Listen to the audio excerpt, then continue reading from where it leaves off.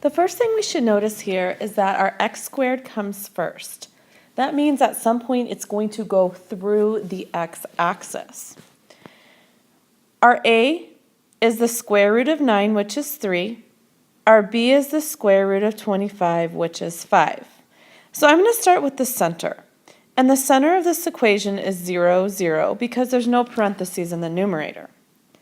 So what I'm going to do is I'm going to create a box in which the hyperbola is not going to go through. And underneath the x, a is 3. So I'm going to go 3 in each direction on the x. B is 5. So I'm going to go 5 in each direction on the y. And what I have here is a box, or an imaginary box if you want to look at it, that my hyperbola will not go through.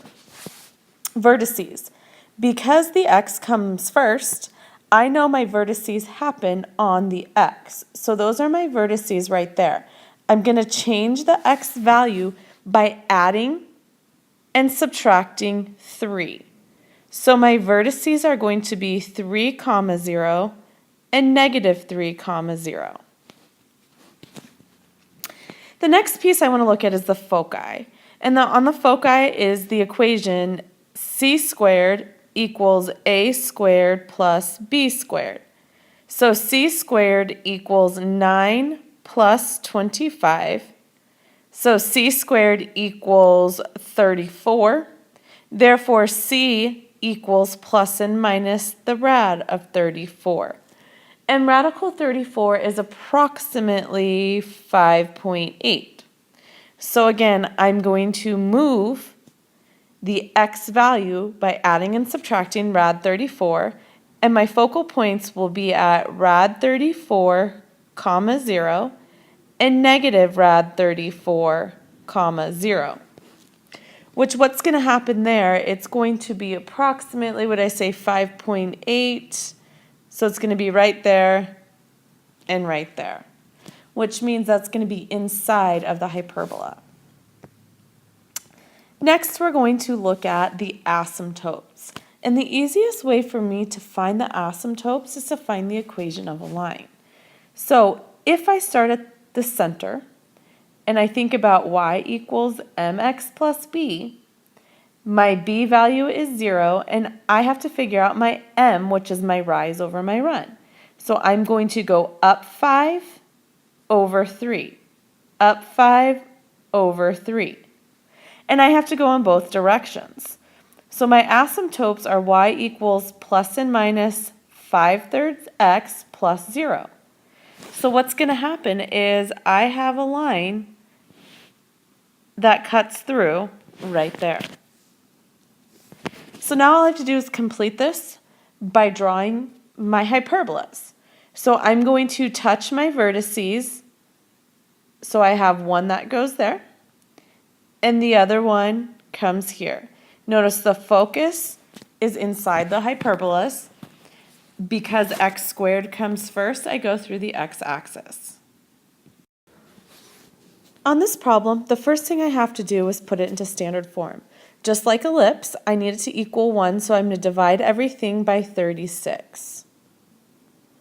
When I simplify each piece of this, I'm going to get y squared over 9 minus x squared over 4 equals 1. So when I start drawing this, the first thing I'm going to do is I want to find the center. Well, since there's no parentheses in the numerator, the center is the origin. My a value is 3, and my b value is 2 because it's the square root of each. Notice that the y comes first. So in the y direction, I'm going to go up 3 and down 3. And those are my vertices right there. So let's go ahead and label those vertices. And this time the vertices, I change the y. So I have 0 and I add 3, and I have 0 and I subtract 3. Now in the x direction, from that middle point, I'm going to go 2 in each direction, and then go ahead and draw the box. Next, I'm going to find the focus. And the focus is c squared equals a squared, which is 9, plus 4. C squared equals 13. Therefore, C equals plus and minus rad 13, which radical 13 is approximately square root of 13, 3.6.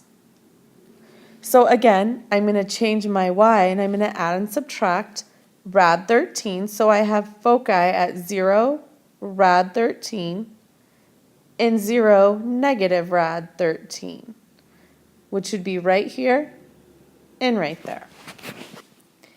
The next piece I need to find is I need to find some asymptotes. And again, I'm going to create an equation of a line. So here's the origin, y equals mx plus b. I know what my y-intercept is b. And to get to the corner of the box, I have to rise 3, and I have to run 2.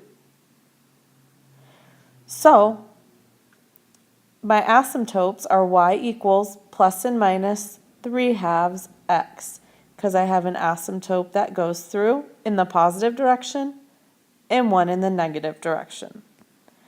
So the last thing I have to do is draw my hyperbola. Because y comes first, I'm going to go through the y-axis, and I also have to have that focus inside the hyperbola. So my hyperbolas look something like this.